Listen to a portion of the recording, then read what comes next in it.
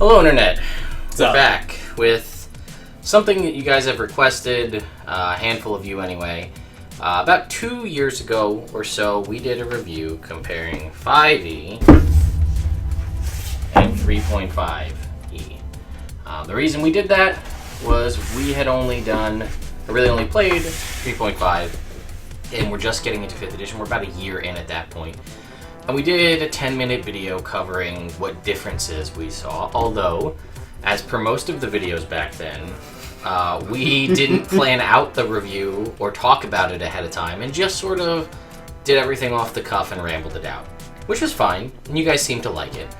But 2 years have gone by, and now it's time, 2 additional years, I should say, really have gone by, to talk about the differences now as we better understand 5th edition and our comparisons for you guys who may be thinking about switching to 5e or are curious what it was like back then. If you hear a lot of people talking about, back in 3.5, and this is kind of our chance to go over that.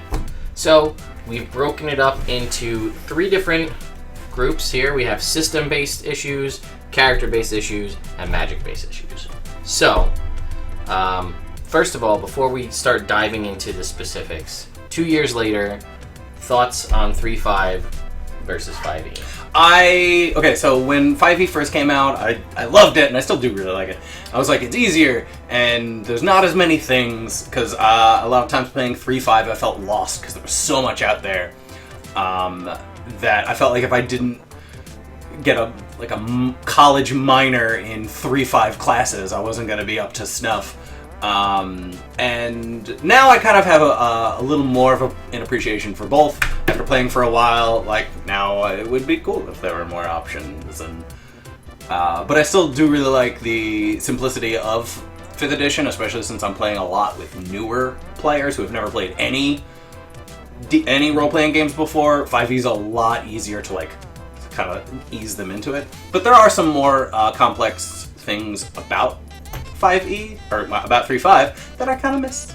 We'll go back, we'll touch on those towards the end, and we'll kind of go through our spiel of the kind of major differences that we're going to highlight, and then we'll just kind of round out the video with a little reminiscing and a little things we'd like to see, or maybe potential homebrew options to bring some of those more complex options into 5e.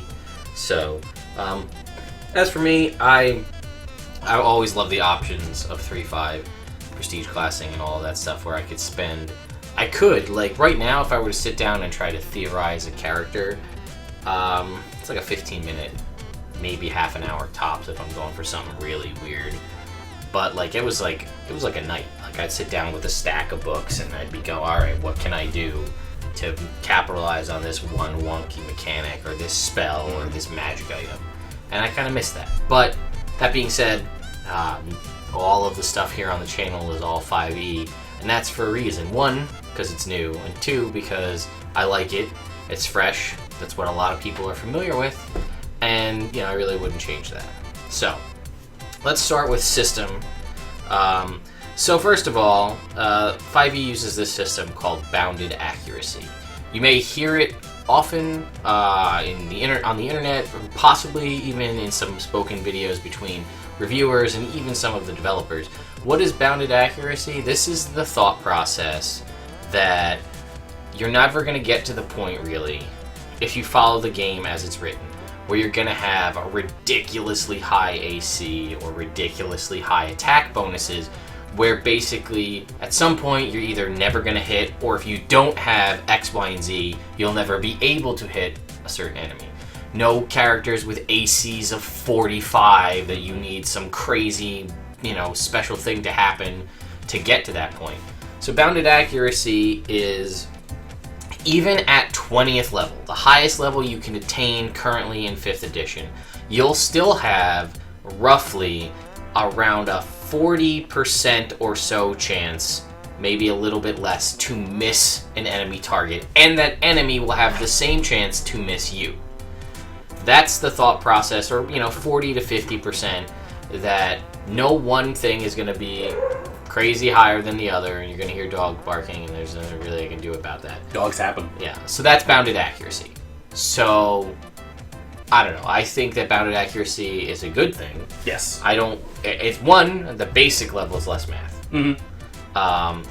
And again, it's not like you need to sit there and calculate, I need to buy this weapon, I need to do this spell first to buff myself up, and all of those things ahead of time.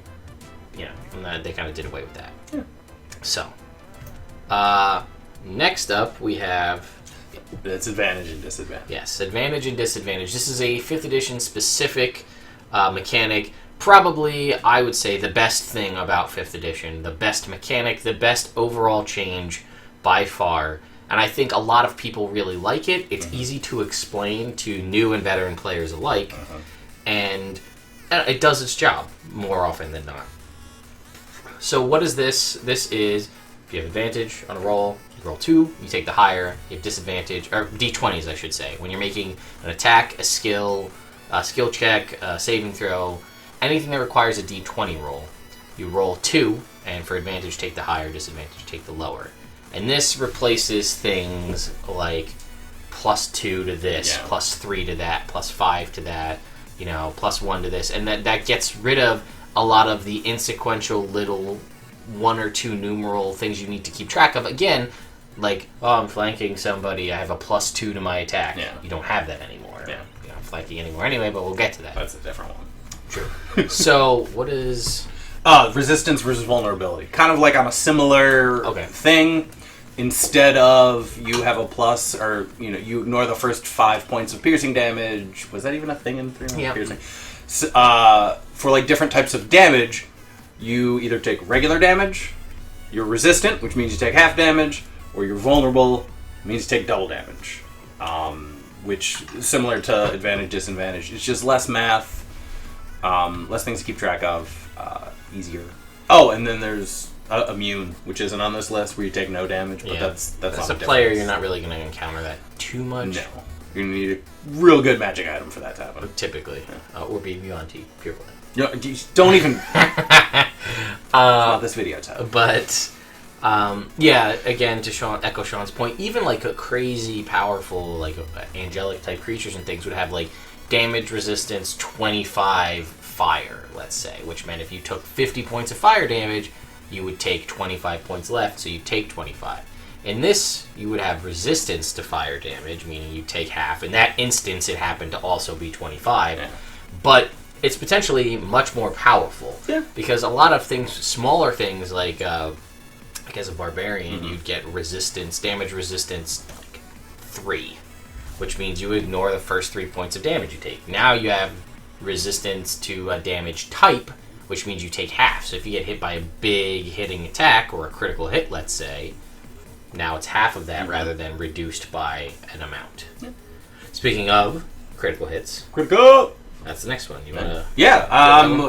One of the things that I kind of like and makes it easier is they got rid of confirming criticals in 5e. So rather than you roll your natural 20, and then you roll again to see if you hit to confirm the critical... this, you roll 20, you get them. It's a hit. It's critical. You did it. And then the other thing with criticals is they got... Unless you take specific... Unless you're a champion fighter, your crit range will never increase. Like, weapons don't have different crit ranges. They don't have different crit modifiers. Because I think it was longbows were like a plus... Or a times 3 in 3.5. 5e, it's almost everything. You roll a 20, it's a crit, it does double damage. Yes. Yep. Again, confirming criticals was the base mechanic. I know some people homebrewed that away, but the base mechanic of 3.5 is roll a natural 20 or whatever your crit is, based on modifiers or otherwise, and you automatically hit, no question. But then to see if you do the critical damage, you had to roll again, another d20, adding all of your same attack bonuses, and if that secondary roll hit their AC, then it was whatever the damage was. And longbows, I think scythes were times 4 damage on a crit, but less damage overall.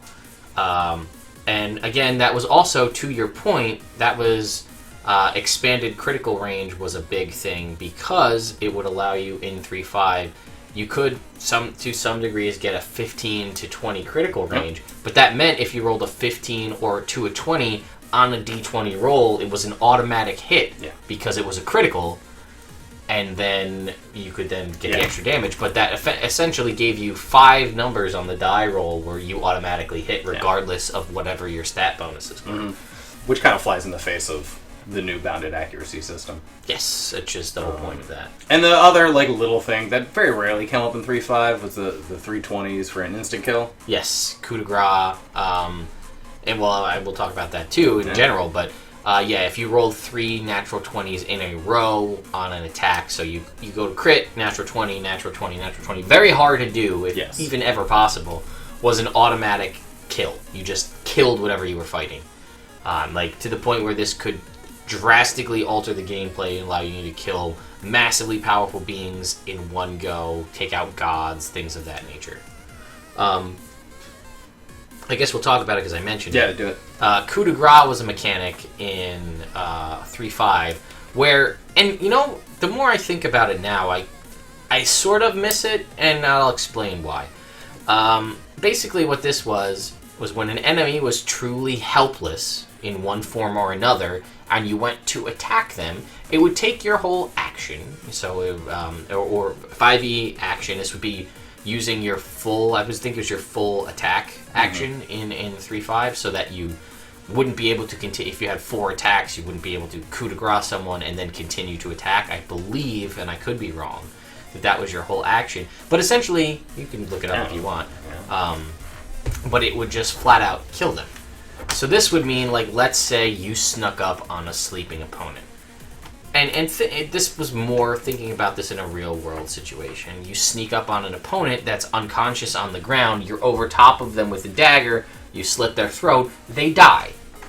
That's how that works. DM's like, you know what, you don't have to roll for it, they just die.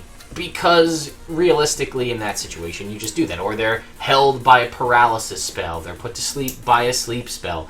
Things of that nature where they are completely incapacitated and incapable of defending themselves, you could just instantly kill them. They did away with that in 5e. Now, if someone is unconscious, sleeping, paralyzed, it's the attack has advantage, so you take the higher of the 2 numbers, and it is considered, if you hit, it's an automatic critical hit. Does it say? Yeah. If you attack someone who's helpless, it's a automatic hit and an automatic critical hit.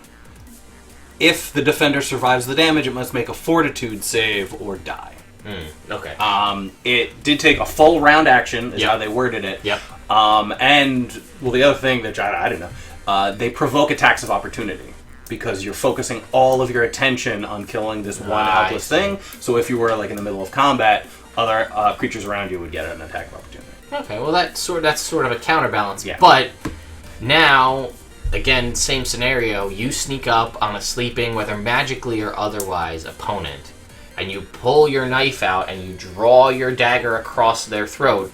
It's an automatic critical hit if you hit, which that one it automatically hit. Yep. This you have to roll with advantage, and then if you hit, then it's a critical, and then they just take critical hit damage. So, in that scenario, you sneak up to the sleeping opponent and drag your blade across their neck, slitting their throat, and then you don't roll good on your damage, and then they survive. So it kind of... They automatically wake up if they're sleeping. That is true. Yeah. But, like, I mean, thematically, and again, this is something as a DM, if it's not like a huge story beat, you could just, okay, you kill them and just move on. Yeah. But... I don't know, like, in that specific scenario, I feel like it seems kind of silly. Yeah. Like, you just can't instant kill somebody. But then again, you just can't instant kill somebody, which could pose potential savior things if someone's a real asshole and is trying to kill other members of the party. So, you know, it balances, but... so no coup de grace, long story short.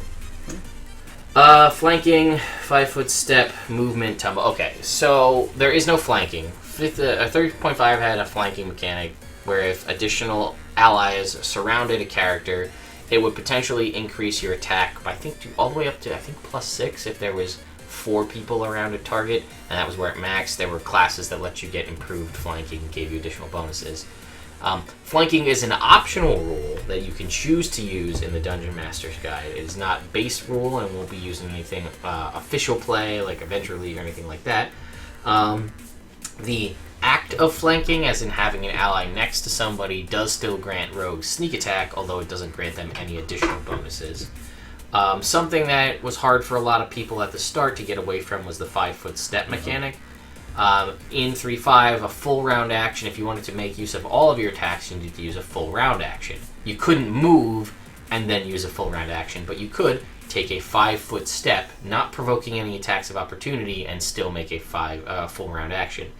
They did away with that, but now actions allow you to move. You can attack, move, depending on how much movement and attacks you have. But there is no more 5-foot step where you can just get a free 5-foot movement without provoking attacks of opportunity. You can, however, take the disengage action, which uses your action, and you can move your whole speed, so typically 30 or 25 feet, without provoking any attacks of opportunity.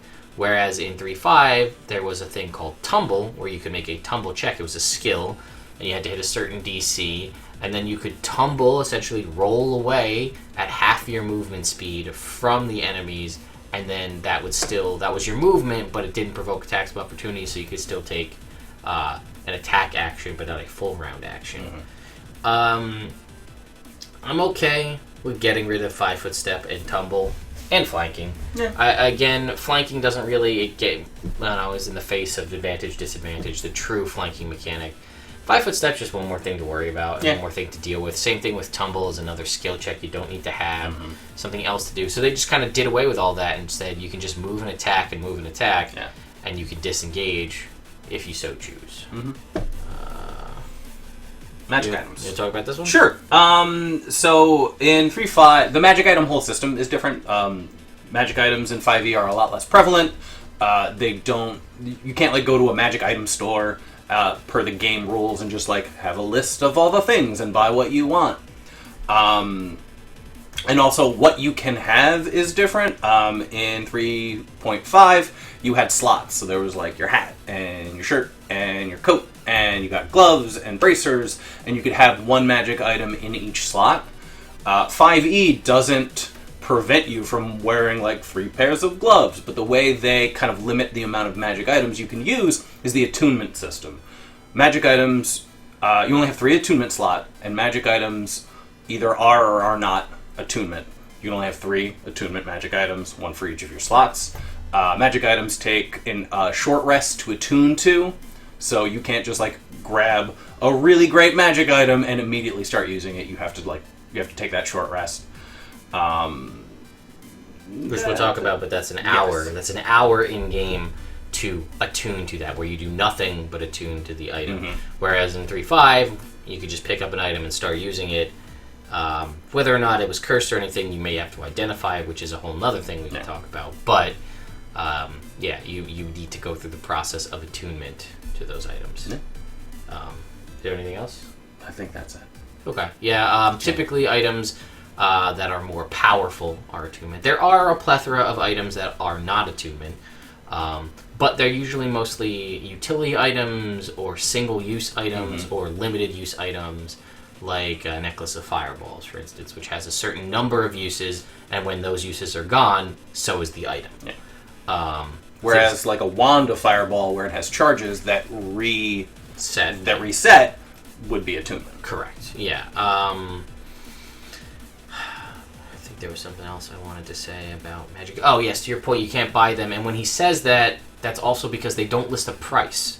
There is, if you look back in 3.5 Dungeon Master Guide or Magic Item Compendium or anything of that nature, they'll tell you how much it costs to purchase the item, how rare it is, what kind of magic and what things you need to be able to craft it. Crafting magic items is not really a thing. There's very basic rules in the Dungeon Master Guide and some expanded rules in Unearthed Arcana articles, and possibly soon to be later this year in another book that's coming out. Fingers crossed. But they're not really specific rules, and whereas in 3.5 every item had its own specific thing. It told you what type of magic it used, what level caster level you had to be, and how much money and experience potential you had to use. That's all done away. Now items are just listed by rarity, and they're really completely up to the DM on how they appear in the game.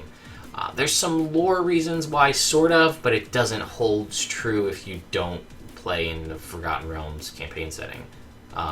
Which I guess would be the Spell Plague happened in like 1350-ish DR in the Forgotten Realms universe, which the process of that was all magic went away, and then people had to learn a whole new method to learn how to use magic, and then eventually when Mystra came back after she died and the Spell Plague ended, all the old magic that people used to know came back, and older spellcasters that were still around could now use that magic. But from what it sounds like, during the Spell Plague, nobody used magic items. Nobody made magic items because magic was all wonky. So all the magic items that are in the game technically now are newly being created as people are relearning how to do it, or remnants from prior to the Spell Plague. But again, if you don't play in Forgotten Realms and Faerun, if you're playing in Greyhawk or Eberron or anything like that, or a homebrew setting, that doesn't hold any water for you. So just keep that in mind. So we talked about rests. I want to jump on this one. Do it. There is 2 rests. There's the rest mechanic is per day mechanics in a lot of sense. You have 2 options for resting. There's a short rest, as we talked about, which is an hour long, and basically your character has hit dice, similar to what it was in 3.5, equal to your character level. So if you are 5th level character, you have 5 hit dice. On a short rest, you can choose to expend those hit dice to get yourself like a little bit of a minor heal. I guess is their sort of combination of 3.5 and the healing surges from 4E. So basically you'd spend your hit dice, which you'd roll your hit die plus your constitution modifier and get that much health back. You could roll up to your total number of hit dice. So in that example of 5 hit dice, you could roll all 5. And then basically over the course of a long rest, or an 8-hour rest, you would get half of those back. So what it does, it allows you a method to get like a small little heal without having to use potions or spells. And it's a lot easier to find a time to take an hour-long rest in a situation rather than an 8-hour rest. And there are several class mechanics that also reset on a short rest, so there's other reasons to want to do that. You can also take time while holding and focusing on a magic item over a short rest to try and identify it, rather than having to use the identify spell, although there's still a little wonkiness out there. Like, does it tell you if it's a cursed magic item? I don't know. Does identify tell you if it's a cursed magic item? I also don't really know. That reminded me of something. Yes. Back to magic items. So when you're done with rest, remind me to go back to magic items. Right. So write it down. Yep. And you can also then, after you've identified said magic item, you can then take another long rest, or short rest rather, after that to attune to that magic item. There is, I believe, no maximum number of short rests you can take. It takes an hour, so you can probably take as many as you want during the course of a 24-hour day. So that's up to you. But again, if you think about it logically, like, you're not going to get a lot done that day. But there really is nothing stopping you from stopping to take multiple ones, although if you're out of hit dice or you don't have a short rest recharging mechanic, it may not really make a whole lot of sense. Then there's the long rest, or what most of us are familiar with from 3.5, the 8-hour rest. So this is where you take 8 hours, you go to sleep, you wake up, your spell slots recharge, and all of that. However, big difference. In 3.5, when you took an 8-hour rest, you got 1 HP per character level back. So, at most, if you're a 20th level character, you're going to get 20 HP back on a long rest. So, it made the game a lot more lethal. In 5e, when you take a long rest, you get all of your HP back, and all of your spells back, and things like that. It also will help remove some minor diseases and things like that, where you may have needed to seek out some magical assistance to remove diseases or things of that nature, exhaustion and whatnot in 3.5. Oh, I also did want to point out that if you rested for a full 24 hours in bed and did not get out of bed and did nothing but rest for 24 hours in 3.5, you got double your character level hit points back. Ooh. There were some items, a couple of magic bedrolls and things like that that allow you to get extra HP back. But they kind of, again, to simplify things and probably, again, to make things tracking easy between sessions, if you end with a long rest, you don't have to figure out how many HP did I have, and you just have it all back. You wanted to go back to magic items? Well, before... You said yes. Just, yeah. So, yes, but that. One of the things about the long rests, you can only benefit from one long rest in a 24-hour period. Yeah. So one of the benefits of being an elf is you don't long rest, you trance for 4 hours. So if you were a party of elves, you couldn't trance for 4 hours, get into a big combat, blow all your stuff, and then rest for another 4 hours and get all your stuff back. You gotta wait 24 hours before you can take advantage of that again. And I will, again, too, because I would be remiss if I didn't say this, because I'm sure there will be people complaining automatically, and I will put this out there. The way the trance mechanic works is you trance for 4 hours, and then your rest is complete as far as not gaining exhaustion. However, per the developers, the way it was designed is you are then supposed to still rest for an additional 4 hours, total of 8 hours of rest to recharge your hit points, your spell slots, and all of that. Trance just means you don't have to sleep for 8 hours, that you get, like, you could basically take the end half of the watch, I guess. It's really weird that they word it this way, that you only trance for 4 hours, but you still need to take 8 hours of rest, but then if you think about it, you can only hold a watch for 2 hours. So you're getting 2 hours. So you're really only getting, like, it doesn't really work. So I know me personally, and I say probably about 75 to 80% of all the DMs that I know out there, just treat it as it's written. You get your 8 hours rest in 4 hours, and that's how it's done. You guys can obviously argue about this, and I'm fine with it. I just do it that way because I feel like, why even bother with the mechanic if you're not going to have it do what most people think it does by reading it? So that's right. Anyway, so right. magic. One of the other things about magic items, sorry to go back on this, is Ted mentioned this earlier, that in 3.5 it would list what school of magic the magic item was from.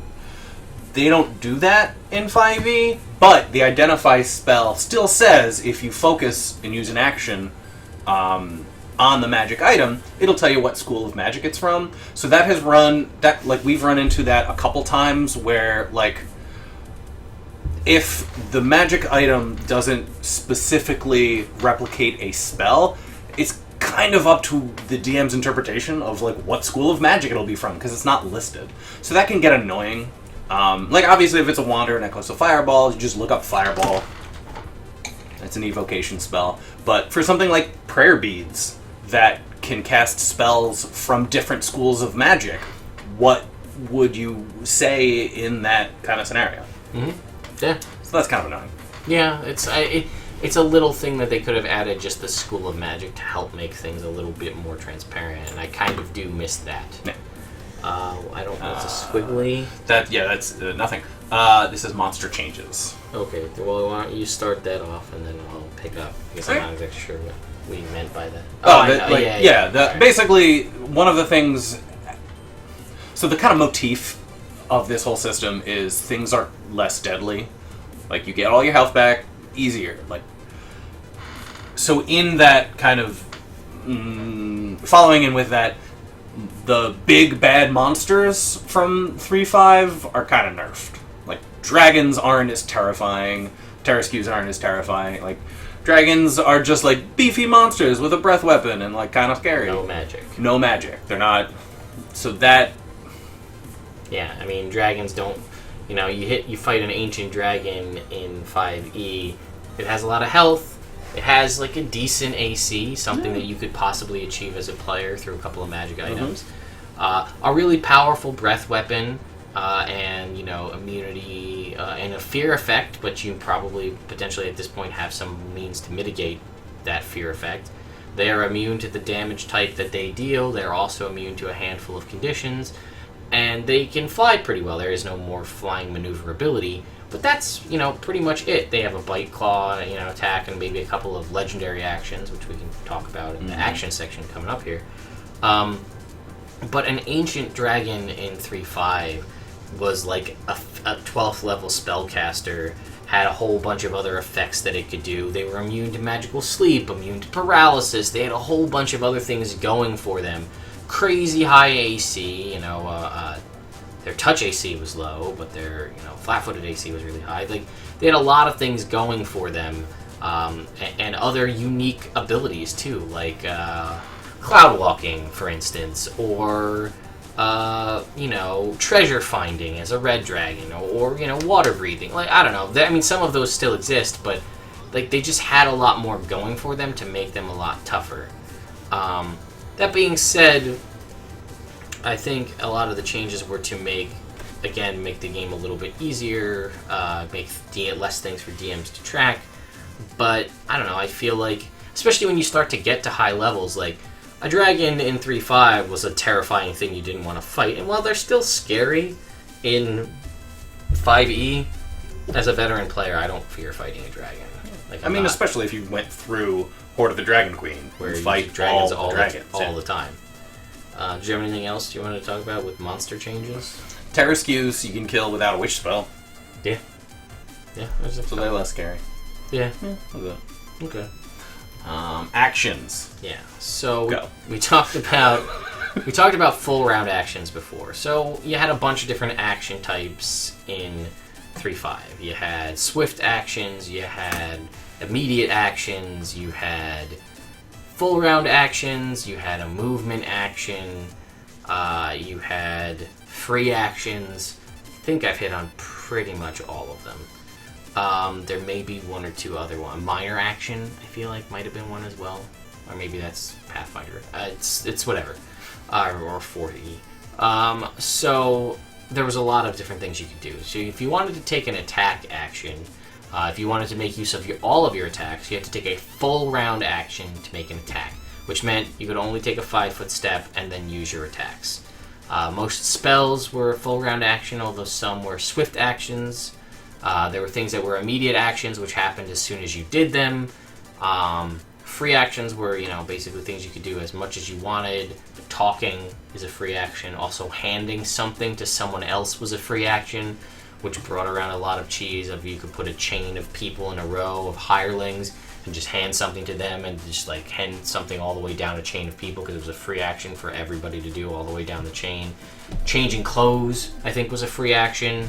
So there was like a whole big thing about like how you could, change your clothes, a whole bunch of stuff. And again, just the things that I'm talking about brought a lot of weird, wonky mechanics that you could bring into the game to mess with the DM if they follow rules as written, to the letter. Now, in 5th edition, we still have some remnants of that, but things are a little bit easier. You have an action, you have a bonus action, you have a reaction, and you have your movement. Your movement is no longer tied to an action, it is its own separate thing. And then you can do various things on it. So your action would be like, I want to cast a spell. I want to make a melee attack. I want to make a ranged attack.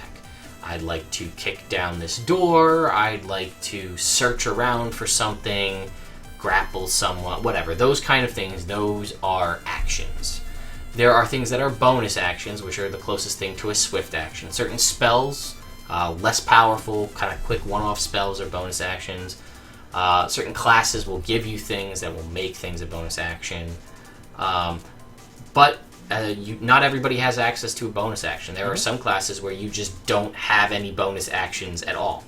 And that's just a function of your class. Like a paladin, for instance. Base paladin, with the exception of a couple of spells, really doesn't have access to anything that are bonus actions. Like a barbarian can rage as a bonus action, and a fighter can get a little bit of a heal as a bonus action. And, certain spellcasters have bonus action spells. Then you have your reaction, which is closest thing to an immediate action. However, your attacks of opportunity in 3.5 it was its own thing. It was an attack of opportunity, and then you could potentially also have an immediate action, depending on as many of them as there were, I think, that you could do, if I recall. Whereas in 5e, your reaction is certain spells are a reaction, counter spell, shield, things of that nature, or your opportunity attack is a reaction. where somebody moves away, but that means if you use your reaction to make an opportunity attack, you can no longer cast Counterspell or Shield. For instance, I can think of a spell called Snake Swiftness in 3/5. You cast the spell, and then as an immediate action, every one of your or Mass Snake Swiftness we'll use, up to 6 people, I think it was. You cast the spell, and as an immediate action, every one of your allies, as an immediate action, makes an attack against an enemy that they can see. Okay. If that spell were to exist in 5e, it would be the same thing, except your allies would use their reaction to make that attack. So that it doesn't, and because you only have one reaction, it resets on your turn, or at the start of the turn? Start of your turn. Start of your turn, or start of the turn? I think it's the start of the round, like when it goes back around. Oh. I think. The way I've done it is the start of your turn. Well, either way, you only get one, so per that round. So you wouldn't, that makes you have to think, do I want to take the opportunity attack against this guy, or do I want to wait to maybe counterspell that wizard's spell? Now, there is, like I said, there's no 5-foot step or anything like that, so you can use your action to make an attack, move 30 feet, and then make another attack. Yeah. Or move, break that up however you see fit. And the only other, I've done a whole video on actions in combat, but the only other thing that's kind of out there that's a little bit different is a fighter has an ability called Action Surge, which gives them an additional action. So normally you could only take 1 action per turn. This is a way to get 2. And then the Haste spell gives you a hasted action, which allows you to do some options. But again, you can attack, dash, disengage, hide, a whole bunch of things all as your action. Rogues can do some as a bonus action. Some other character classes let you do others as a bonus action. Anything else on actions? Nope. Okay. Cool. So, that's our system-based updates for 3.5 to 5e. Move on to characters? Move on to characters. Alright. So, skills. The last video when we talked about this, I feel like we downplayed 5e a little bit, and that was my fault. But basically, the skill mechanic is extremely simplified in that you have proficiency and you have a proficiency bonus, which basically is your skill points and your base attack bonus from 3/5 rolled into 1. It's a singular number, starts at 2, maxes out at 6, unless you have some weird things like an Ioun Stone, really powerful one that makes it go up by 1. And basically, if you are proficient in something, whether it be saving throw, attack, or skill check, it's the corresponding ability score, and then you add your proficiency bonus. Those two numbers come together, and then you roll a d20 and add it to whatever that number is. If you're not proficient in it, you just take the ability score number. So if you're trying to do a stealth check and you have a 16 dexterity and you're not proficient, it's just a 3 plus whatever you roll. The only way to really alter that is if you're a bard or a rogue or some of the new Unearthed Arcana feats that will allow you to gain expertise, which allows you to double your proficiency bonus. So again, at maximum 12 at level 17 plus your ability score modifier, then whatever the roll is. Whereas in 3.5, you had skill points, which were tied to your intelligence modifier, and each class had different number of skill points. And you could just funnel skill points into a maximum of a certain number. And then even if you were not proficient in that skill, you could get like up to half of what your maximum was in that skill. So essentially, over time, whether it was something you weren't proficient in or something that you were, you could basically become a master of that skill by spending the investment of your skill points. And that's just not a thing in 5e. Mm-hmm. Do you have anything? Yeah, which I feel like, I don't know, I like the 3.5 system better. Because the specific thing that comes to my mind is, as a cleric, you can get proficiency in religion checks, but you probably won't have a very high intelligence, which is what that is based on. So let's say you have a +1 at first level, you're adding 3 to your religion checks as a religious character. At level 20, you'll be adding 7 to your religion checks. As like a character who knows so much about his religion, his god actually lets him change the world around him. And I don't know, as playing a character, I failed every religion check. I didn't know anything about religions. So I like that in in 3.5 you could funnel those points in to be good at something that isn't a skill based on an attribute that your character's just not good at. Yeah, and the only other benefit for that was it made intelligence a more useful ability score. As it stands right now, and I mean, I can be wrong, and you guys can argue, sure, but unless you're really a wizard, an eldritch knight fighter, or an arcane trickster rogue, intelligence doesn't really serve a lot of use for you, because for them, that's what their spells are based off of. Whereas, other than the 4 knowledge kind of based checks, Arcana, Nature, Religion, and History, those are all tied to intelligence. But outside of that, intelligence doesn't do anything else for you. No. I've heard about people doing a potential rule where they make initiative based on intelligence, as in your quick thinking ability rather than your movement of your body moving. Your mind has to move faster. But without that, basically, intelligence can typically become a dump stat for most classes. Most people I know use it as their dump stat. Yeah. Either that or strength if they're not a strength-based fighter. Yep. And then, but, that's why I personally homebrew that intelligence. Above average intelligence points give you bonus languages like they used to do in 3.5, because I feel like it gives you a little bit more. Mm-hmm. It's not like a huge amount, but it's just something a little bit better that maybe you put your 12 in intelligence rather than charisma or something like that. Mm-hmm. So we can kind of probably combine these next two. Yes. But the biggest thing, too, that you may notice is your ability score improvements, which in 3.5 you got them every 4 levels, which is a +1 to an ability score. And your feats, which you got, were every 3, 1 at first level, and then 1 every 3 levels after that. Those are no longer tied to your character level, they are tied to your class level. So you get them now typically every 4 levels, 4, 8, 12, 16, and then 19. Some classes, like fighters, do get extra at 6 and 14, and a rogue gets an extra one at 10. But these now, so if you basically put 3 levels into a class and then multi-class out of that class, you don't get the ability score improvement. You have to get the levels in a given class. And the way it works is you either get 2 to a given stat, an ability score, +1 to 2 ability scores, or substitute that and get a feat instead. So there's no longer ability scores and feats, it's either or. Whereas previously there was a lot of feat grinding where you'd have to hit multiple chains of feats. There's also no floss system either where you take a negative to get a feat. But there were a lot of chaining feats. You take this feat and then, at level 3 I'm going to take this feat because then at level 6 I'm going to get this feat. That's not really a thing. There's very few, if any, feats that require you to have a different feat. Some may have ability score requirements. Some may have proficiency-based requirements. But there really aren't any that are like, you need to have this to get this. I mean, there are some that are that combine really well. Sure. But none that, no chaining. And I've seen a lot of people have issue with this.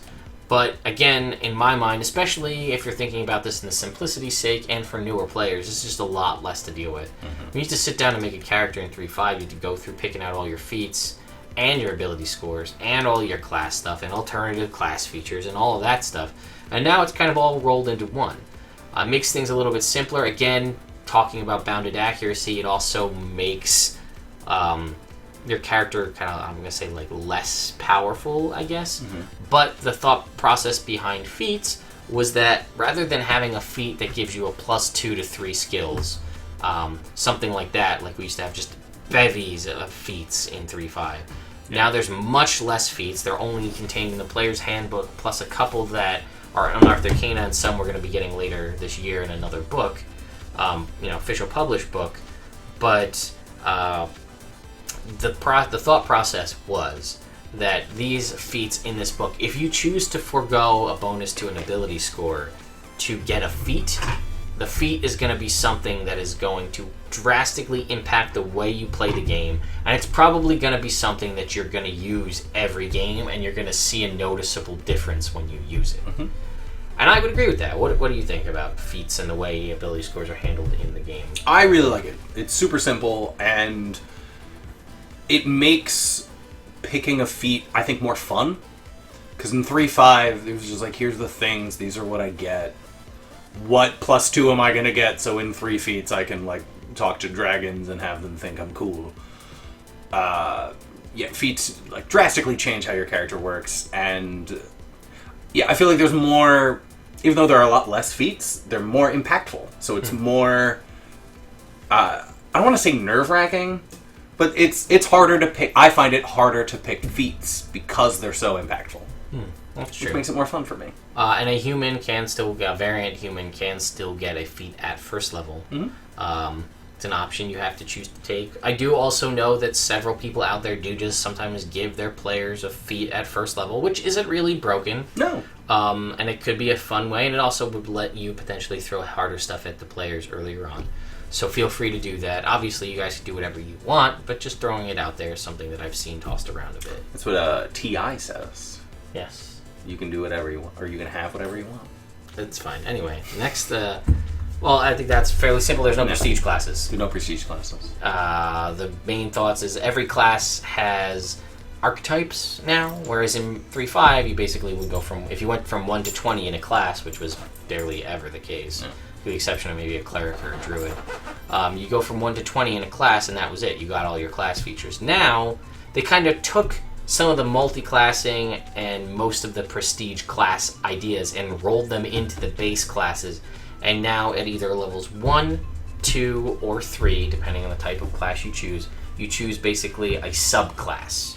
And this further helps to diversify it. So let's use a rogue, for example. Let's do it. At level 3, you can choose to be a thief, an assassin, or an arcane trickster. Arcane trickster was a prestige class.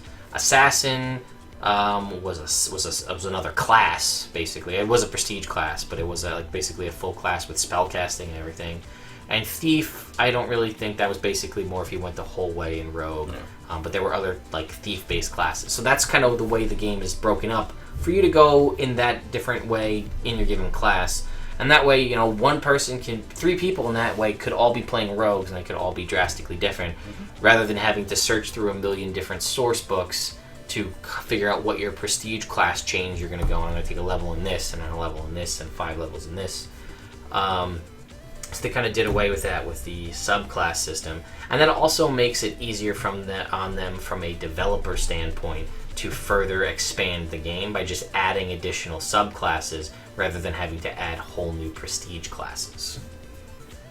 No what? That says no prestige class. Oh, okay. Then saving throws. Oh.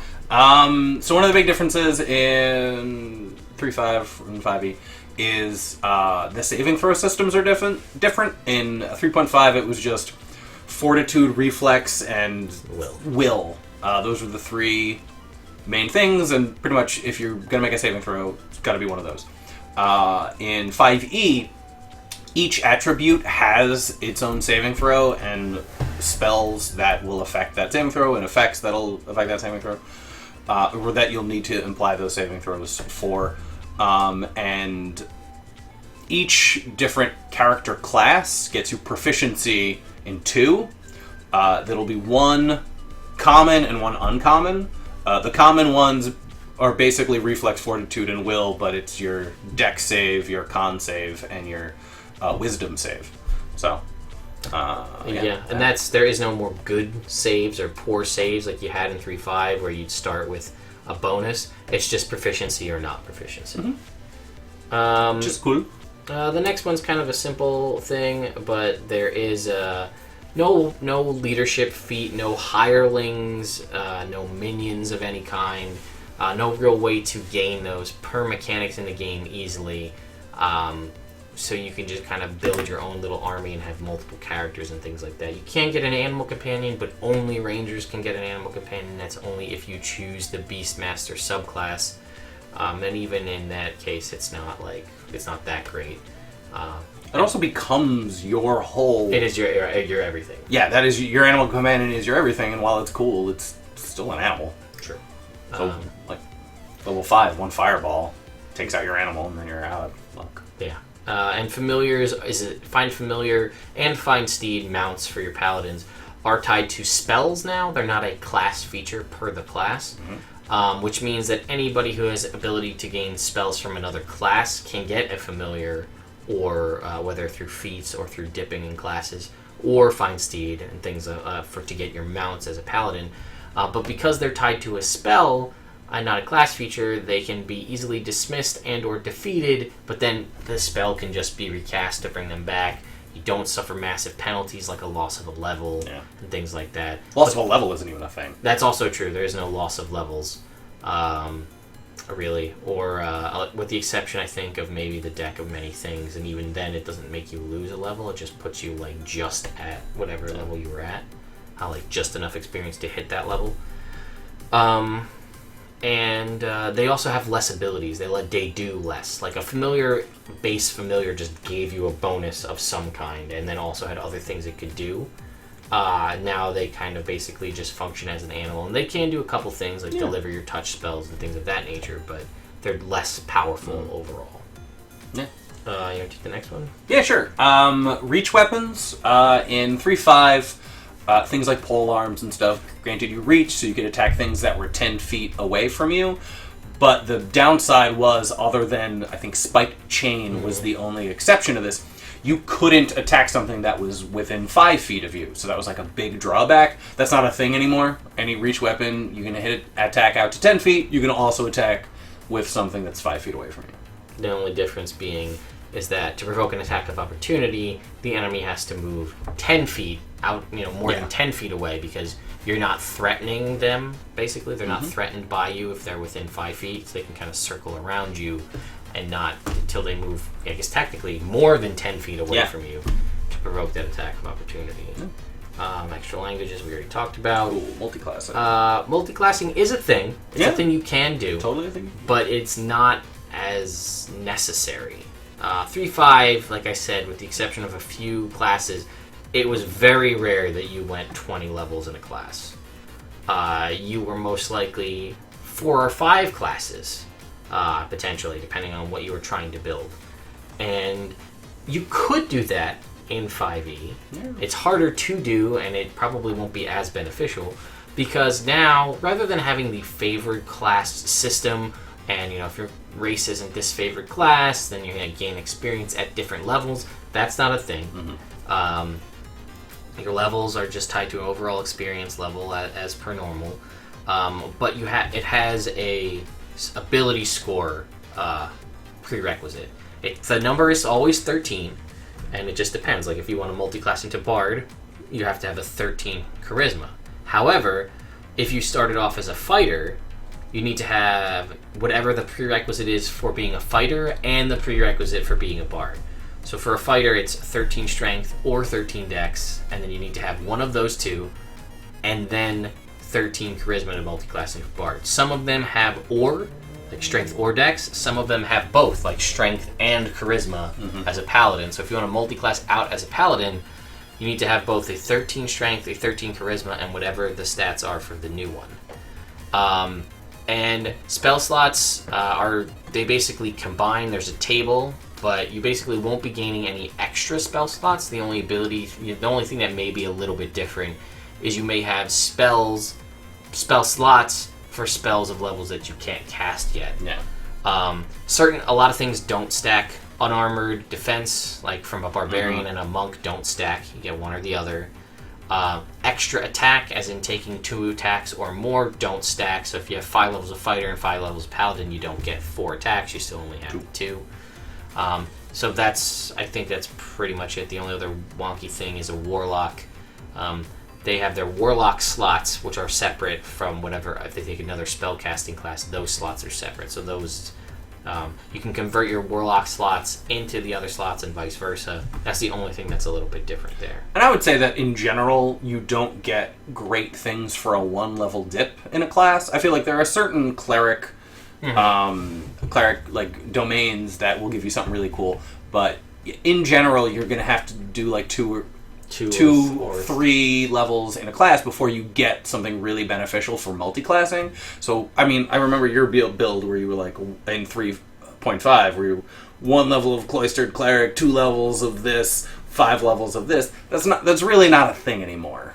Yeah, and you're not, more often than not, I would say, and maybe I'm wrong, and you guys can obviously sound off in the comments, but the most I've ever seen anybody do in 5e is a two-class multi-class. I've never seen 3 or more. I was going to do 3. Yeah? Yeah.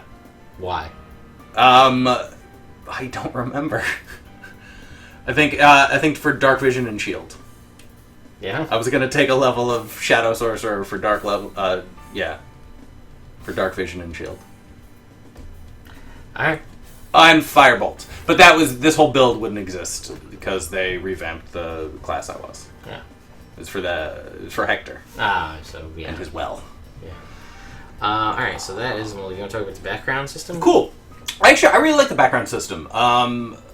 In 3.5, your character's background was just up to you. You had to write it, and it didn't do anything. It was just like a fun story you got to write about your character.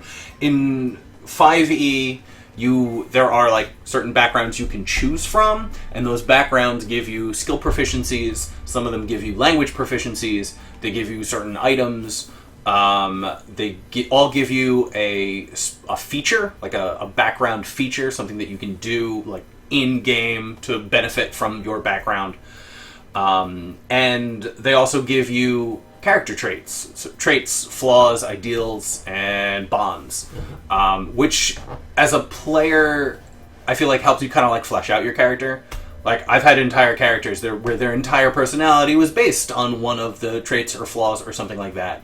And since each background has, I think it's like 10 choices for traits, and then like 8 flaws, 8 things. You can pick the same background multiple times and still be able to create completely different characters.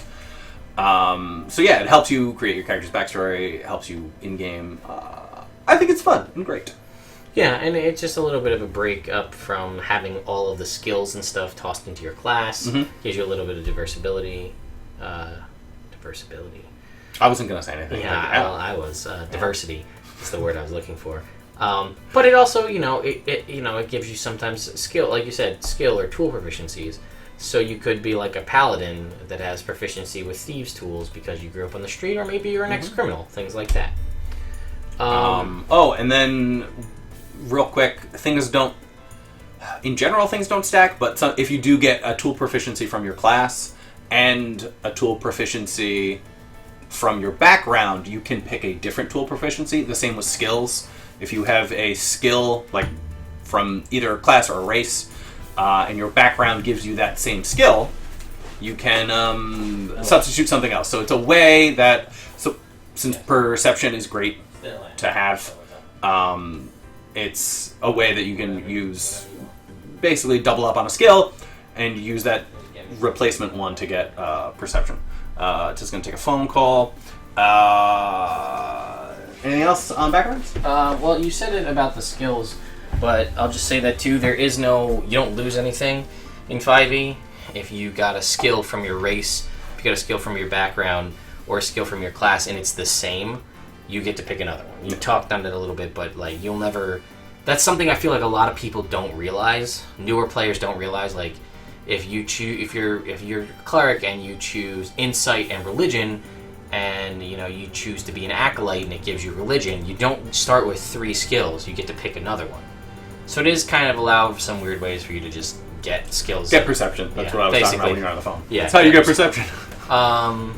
Yeah, I like it. It's a different, and there is base rules in the player's handbook, and they are eventually legal as to if that's a thing you would like to go into. You can create your own background.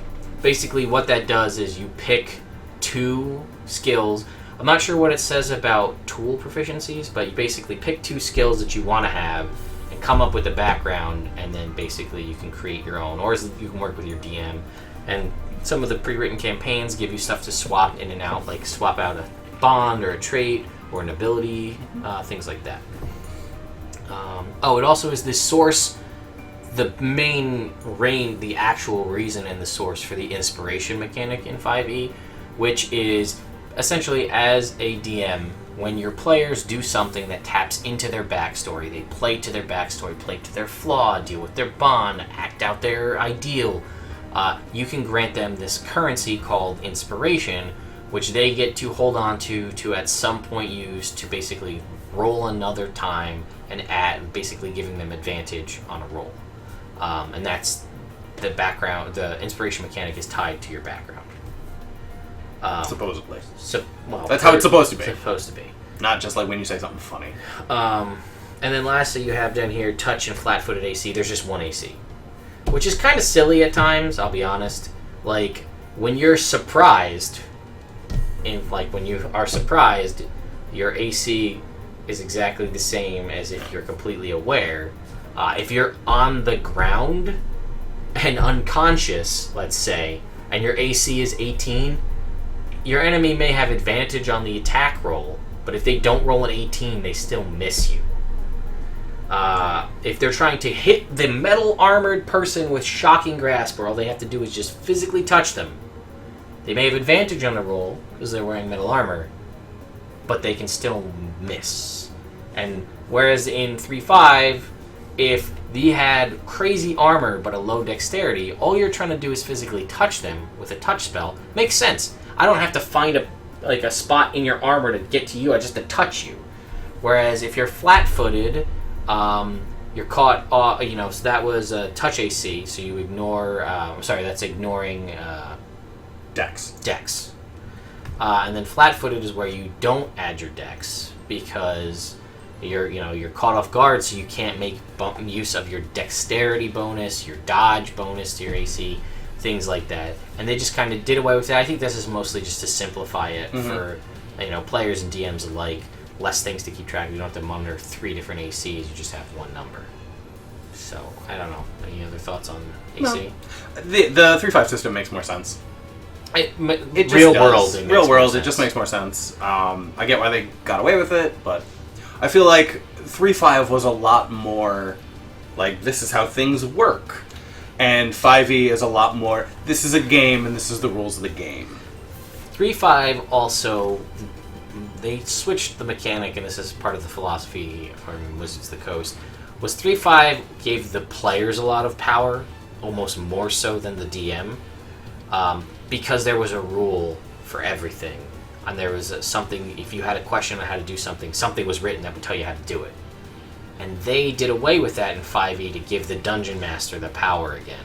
And most of the things, more often than not, when you don't know what it is, or something's a little bit weird, and you ask someone from Wizards of the Coast, hey, what's this word?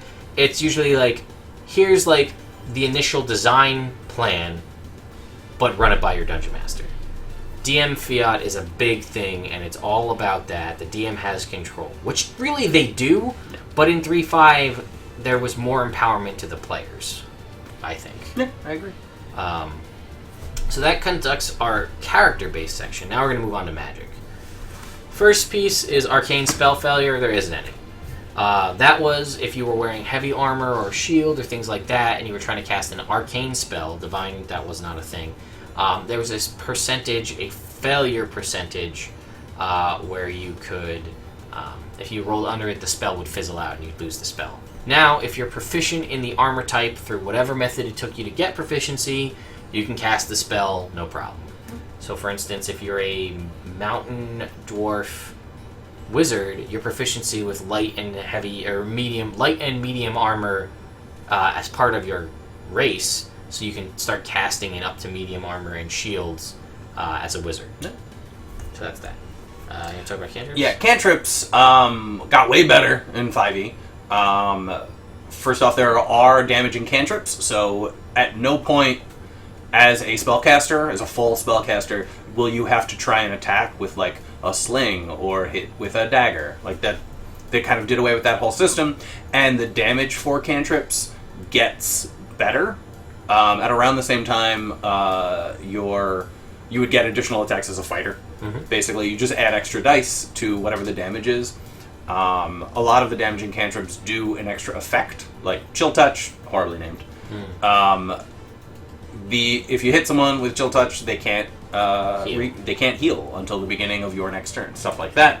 And slow them down, things like that. Yeah, and the non-damaging cantrips seem to be more fun and useful, like mending and prestidigitation and things like that. Also, they're unlimited.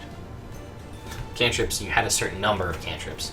Now, when you have a cantrip, you can cast it as many times as you want in a day, and it never runs out. It doesn't use any of your spell slots, anything like that. Mm-hmm. So, that's cantrips. Less spells overall. Flip open to like a wizard or a sorcerer while you're there. Cool. We'll take a look at. I am on Kunai with Chain. So, skill description. Keep going. Multiclassing. Sorcerer right there. Sorcerer. So next page. Next page. Read off how many spells they have at level 20. Oh, they have 6s across the board. Okay, so 6 cantrips too? 6 cantrips, 6 first through 9th level spells. Okay, so that was 6 of all the spells. Mm-hmm. Cantrips, 6 cantrips, but they're unlimited. And then it goes in the order from from 1 to 9. 4, 3, 3, 3, 3, 2, 2, 1, 1. The most you're ever going to have of a 9th level spell, the most powerful god level spells in this game are 1 per long rest. And there you had 6. So you could basically be fundamentally altering reality 6 times a day. If you could cast Wish that many times and get it to work. So if you think about it that way. So they really tried to... Granted, don't get me wrong, spellcasters are still very powerful. Yeah. But they cut back on the spells again, probably for the simplicity's sake, so it's less spell slots to manage. Thoughts? Less No. spells? No, you... I never played a full caster in 3.5. Druid is a full caster. Yeah, but I wild shape most of the time. Yeah, it's fair. So, yeah, I miss having a lot of spells to throw around, having played a higher level druid, but I get why they did it, and it kind of does make resource management and getting into long fights and dungeon crawls and things a little bit more dire. Like, you need to manage your resources a lot more. Like, guys, I've only got 1 7th level slot. Do we want to plane shift out of the abyss, or do we really want to try to take this guy out, or do we want to bring Johnny back because he died? I got resurrection, but it's gonna take me an hour. What do we want to do? What's the plan? Yeah. You know, rather than like, fuck it. Just what I'll do that, and I'll do. I got 5 more today. Don't worry about it. If everybody dies, I'll bring you all back. It's no big deal. You know. Wasn't there a difference between prepared casting in each? Oh yes, we did. Big Write that difference. down. Huge difference. Yeah. So spells known like a bard or a sorcerer are exactly the same. You know a certain number of spells, and you can cast those spells as often as you normally would. You know, so if you know Fireball, right, and you have 3 third level spells, you can cast 3 Fireballs, or you know whatever spells you can pull from that pool to cast your spells. In 3.5, there was divine casters primarily had things called prepared spellcasting, although wizards had it too. So let's say you wanted to cast Fireball, you were a cleric and you had access to Fireball.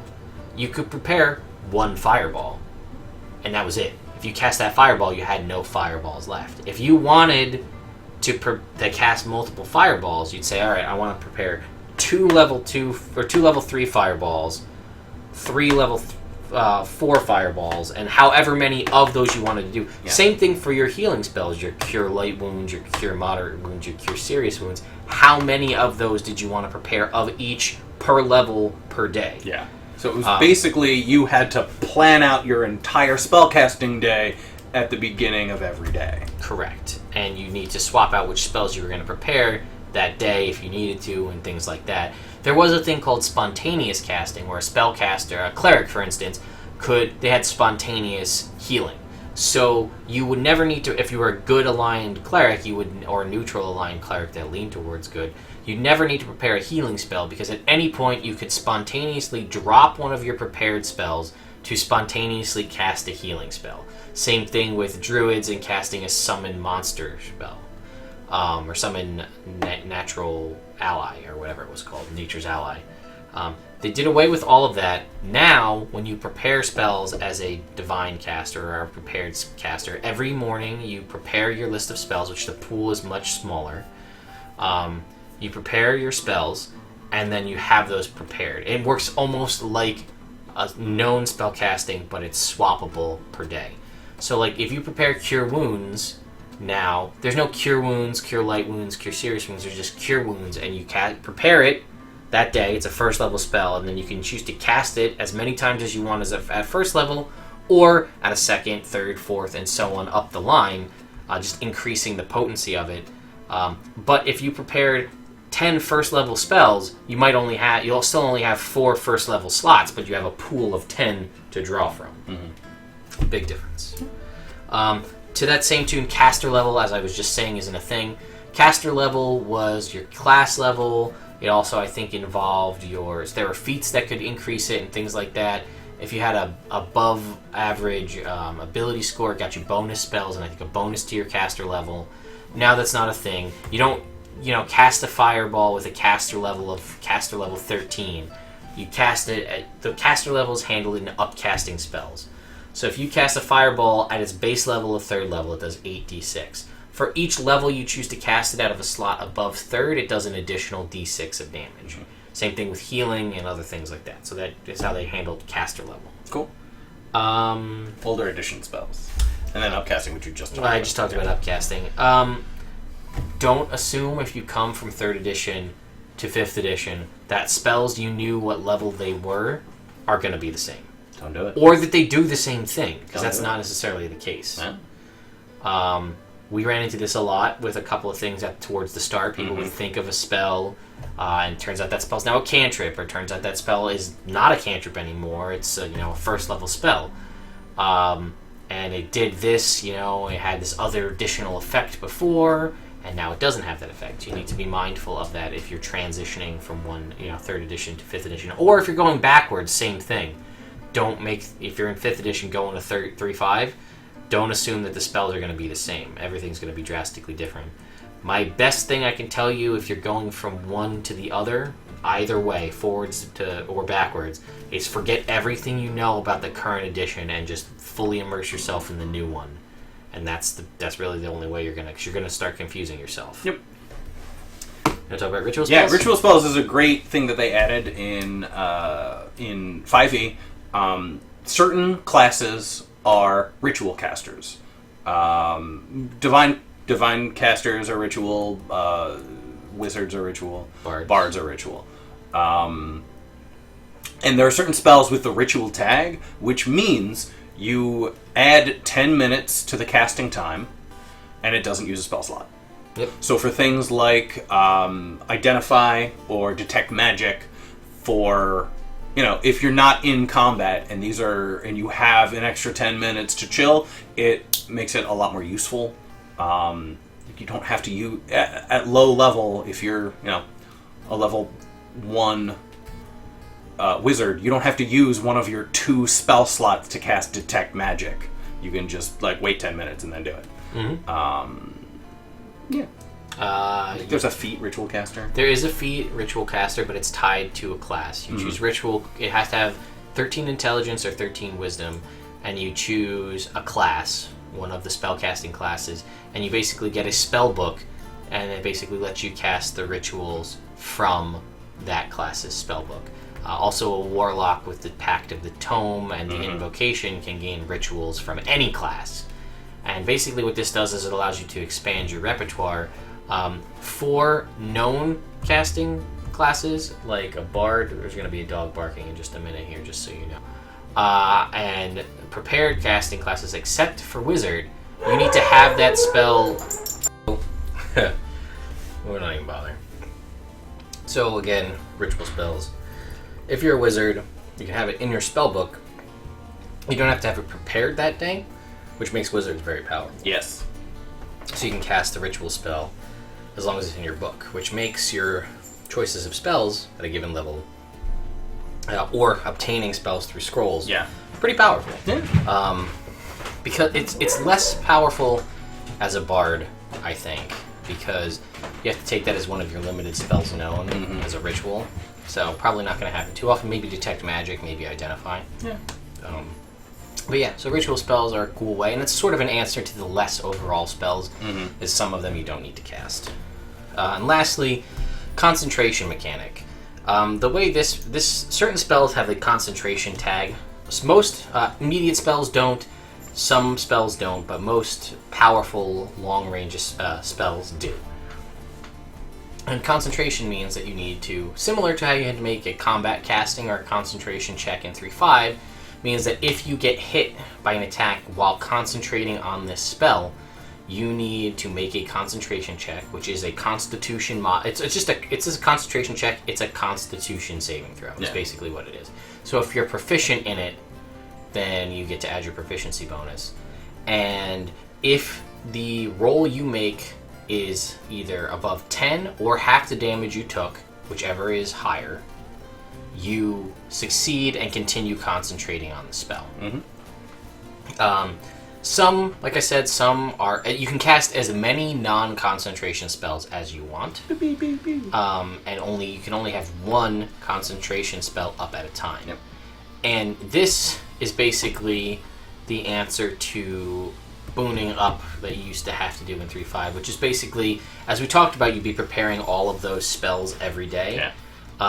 Basically, you'd have to determine what your boon regimen would be every day. Okay, I woke up, I'm now going to cast Owl's Wisdom, I'm going to cast Bull Strength, I'm going to do this, I'm going to cast Divine Word, I'm going to cast Divine Favor, I'm going to cast... These are my 10 spells I cast every morning, and I upcast them to this thing with my Meta Magic feat so that they last 24 hours. They did away with that because most of those powerful type spells that would do that are now concentration, and you can only have one up at a time. So if you have one up and you cast another concentration spell, it drops concentration on the first one, and now you begin concentrating on the second one. What do you think about the concentration mechanic? I think it makes sense. Like, it makes sense. It doesn't let you, like, especially as a druid or cleric, which I feel like have a lot of concentration spells, it doesn't let you just overshadow all the other characters by, he's going to do what I want, and everyone around me is going to take damage whenever they're around me, and that guy's going to dance a bunch. Yeah. And it makes your spell choices more... I don't know. It makes it more impactful when you pick a spell. Like, I already have haste. Not haste is a bad example, but like, I already have Spirit Guardians up. Do I really want to try and cast, I don't know, Tasha's Hideous Laughter? I'll drop concentration, but like, it'll take that guy out of combat, but I'll do less damage. It's more strategy, I feel like. Summoning spells are a big one too. You know, do I want to summon? Summon a bunch of conjure animals, summon all these creatures, but then I can't put up a long overtime healing boon or something of that nature. Stuff like that. Or I can't put a flaming sphere over on that group of guys in the wooden house while I have my conjured animals here, things like that. I will point out that some of the conjure spells, like Conjure Elemental as an example, if you lose concentration, the elemental doesn't go away. It just regains control of itself and can attack you. Yep. So that is a risky mechanic to take advantage of. And for instance, the Bestow Curse spell, if it's cast out of a 5th level slot or something, I think, then it no longer requires concentration. So there's a couple, ways around that. A couple wonky things. Yeah, what are your thoughts about concentration being tied to Constitution? Because it's a physical concentration on a mental thing. Yeah, I get it. Sure. But if anything, if you think about it, that's a fortitude save in 3/5 terms. Yeah.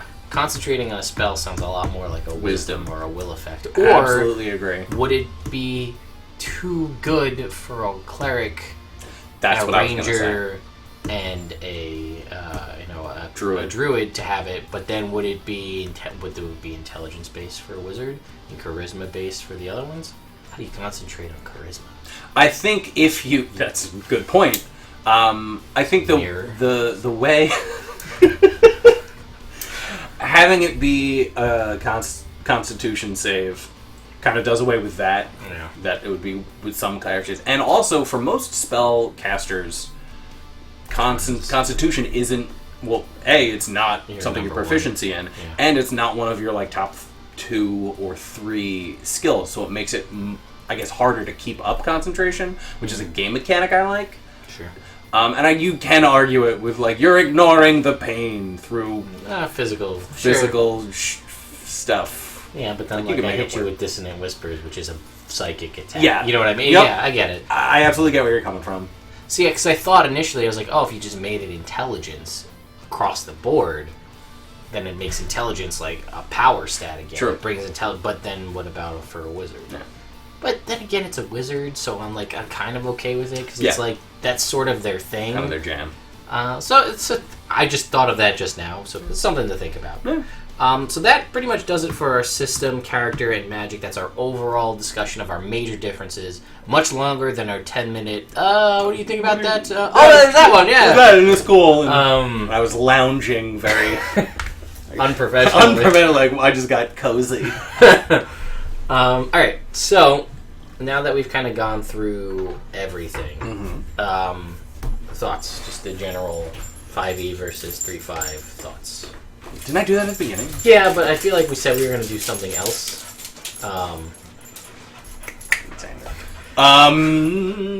What I will say is, I think my kind of perfect combination of the two would be basically 5e with skills added in, with skill points added in. There is, I believe, an alternative rule in the Dungeon Master Guide to do skill points. That may be something to think about. Yeah, I guess we talked about our overall thoughts, but it kind of a little bit at the beginning. So so that you pretty much answered it there, that 5e pretty much wins out for you over 3.5. Yes. Pretty much in all aspects, aside from skills. Yeah. Just because the simplicity, and I think it also has to do with where I am as a gamer, is I'm mostly playing with new players. Sure. So, I mean, other than Tuesday nights here on Nerd Immersion, I'm playing with new players, so they're so confused. And I'm playing with groups of new players. Sure. Where, none of them have ever played. So, just the thought of trying to get them to understand the difference between your AC, your touch AC, and your flat-footed AC, when I'm already having trouble getting them to know the difference, what your AC is, and then your action, your bonus action, and your reaction are all different things. Practically in my life, I couldn't do 3.5. Okay, so what if you were to what about in a? That's from a DM's perspective. Yes. What about from a player perspective? I like 5e because it doesn't feel like homework. Fair. To make a character. I can just pick a class, and as long as it's not a ranger, it'll be a good character. Fair enough. Whereas, in 3.5, I felt like it felt like homework to me, which I understand. That aspect of character creation was a lot of fun for you, but that just wasn't my jam. Yeah, no, and that's understandable. And a lot of that has to do with 5e.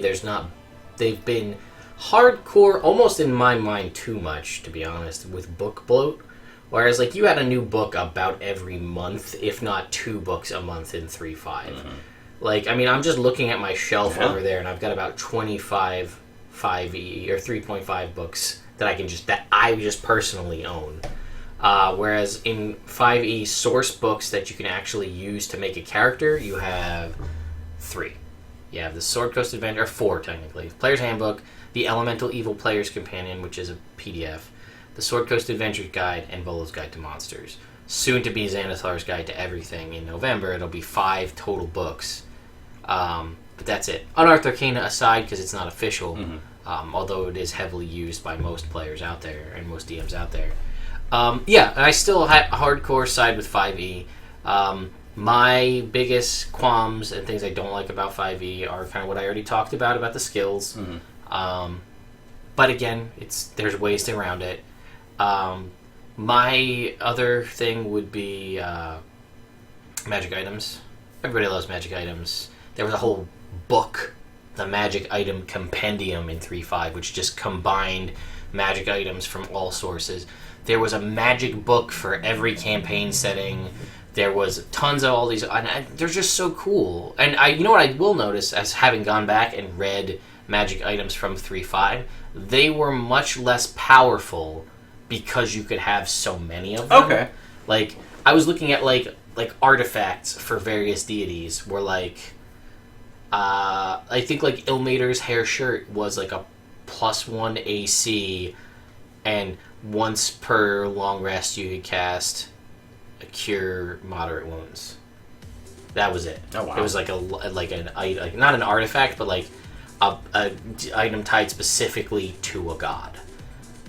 But, like, that was your shirt, which you'd wear under your armor, plus your cloak, plus your necklace, plus your face, plus your hat, plus your 2 rings, plus your, you know, your pants, your greaves, your boots, and then not including things that didn't hold an attunement slot, like iron stones and things like that. So, you could always increase the number of attunements, or I've heard that some people just do away with attunement slots entirely, which I think would be stupid. Given the way things are handled in 5e, the way attunement items are, getting rid of attunement... I thought about doing it myself, getting rid of attunement slots, but I feel like it would just be too much power for some of those items. But again, it's also on you as the DM of what you put in the game. True. So skills and magic items pretty much are it for me, as far as things that I really miss. Sometimes I do miss the healing aspect of 3.5, the less HP on a long rest. That way you're not just like, fuck it, we'll just go to sleep and everything's better when we wake up in the morning. It's like, oh shit, I only healed 17 HP. I had to be careful today. Yeah. Or you gotta be careful that day because you're like, I'm only gonna get this many HP back at the end of the day. So, you know, that's something, again, there's a lot, obviously, that's easily fixable via homebrewing. Yeah. But, yes, I still hardcore side with 5e.